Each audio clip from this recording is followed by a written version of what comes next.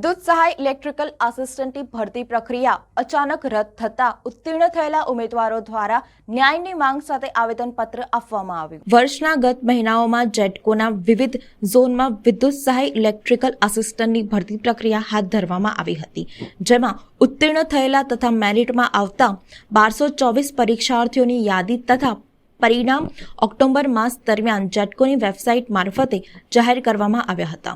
ત્યારબાદ ઓક્ટોબર માસ દરમિયાન પરીક્ષામાં ઉત્તીર્ણ થયેલ ઉમેદવારોનું ડોક્યુમેન્ટ વેરિફિકેશન તથા મેડિકલ ફિટનેસ અને પોલીસ વેરિફિકેશન પણ સત્વરે પૂર્ણ કરવામાં આવેલ હતું।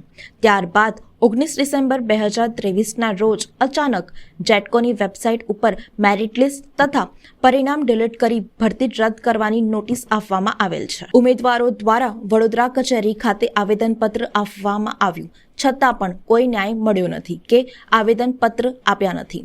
ઉમેદવારોને ડોક્યુમેન્ટ વેરિફિકેશન કરાવ્યું ત્યાં તેમને સૂચના આપવામાં આવી હતી કે દિવાળી પહેલા તમને નિમણૂક પત્ર આપી દેવામાં આવશે તેવું તેમનું મૌખિક કહેવાનું હતું, જે અત્યાર સુધી અમને નિમણૂક પત્ર આપેલ નથી, જેથી પસંદગી પામેલ તમામ ઉમેદવારો બેરોજગાર બન્યા। બધા જ ઉમેદવારો માનસિક તથા આર્થિક રીતે નબળા પડી ભાગ્યા છે। ત્યારે 19 ડિસેમ્બર 2023ના રોજ જેટકોની વેબસાઇટ ઉપર આવેલ નોટિસથી ઉમેદવારોમાં ડિપ્રેશનની અસર થયેલ છે। જો આ બાબતે ને ગંભીરતાથી લેવામાં નહીં આવે તો ઉમેદવારોને અરજી આપ્યાના 48 કલાકમાં ન્યાય નહીં મળે તો કોઈ ઉમેદવાર અનિચ્છનીય પગલું ભરશે તો તેની જવાબદારી જેટકોની તથા તેના અધિકારીઓની રહેશે। આ બાબતના અનુસંધાનમાં જણાવ્યું કે આ બાબતને કોઈ પણ પક્ષપાત વગર ભરતીની તપાસ કરી વહેલી તકે ન્યાય આપવામાં આવે અને તમારા તરફથી સકારાત્મક વલણ અપનાવવામાં આવે તેવી અપેક્ષા સાથે આવેદનપત્ર આપવામાં આવ્યું। બિલકુલ વ્યાજબી નથી। આના કારણે સરકારને અમારા માટે આક્રોશ સંતોષ મૂકી દે છે। તાત્કાલિક ભરતી રદ કરવાના મામલે અમે આવેદનપત્ર આપવાના છે। અમારા સાથે યુવરાજસિંહ જાડેજા પણ મોજૂદ ટૂંક સમયમાં મોજૂદ થવાના છે।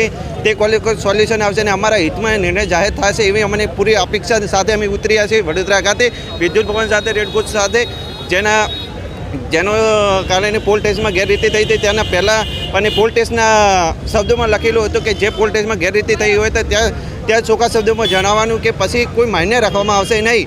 તો પછી જેટકોના કર્મચારીઓ આટલી સાથે ક્યાં ઊંઘમાં હતા, 9 મહિના વીતી ગયા અને ક્યાં આવો ટાઈમ કઈ રીતે વિચાર્યો? જ્યારે લોકો ઇલેક્ટ્રિકલ આસિસ્ટન્ટના પણ નિયમોની ખબર છે ત્યારે મોટા 1.5 લાખવાળા લોકોને પણ હજી આ નિયમની ખબર નથી। તો આ કર્મચારીઓ ક્યાંથી આવ્યા, કઈ રીતે બન્યા? જેને નિયમની ખબર જ નથી એ લોકોને કર્મચારી બનવાનો અધિકાર જ નથી અને આ લોકોને તાત્કાલિક સસ્પેન્ડ કરે તેવી અમારી માગણી છે।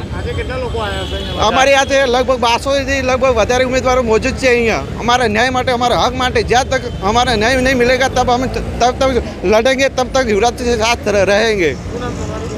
मैं नाम नहीं बता सकता, मैं एक उम्मीदवार तरीके आया हूँ, मैं उम्मीदवार तरीके ही बोलूँगा। हाँ, हमारे साथ अन्याय है केम के पोल टेस्ट लेवाय ने 5 महीना થઈ ગયા, પછી ત્યારબાદ લેખિત પરીક્ષાના 2 મહિના થઈ ગયા।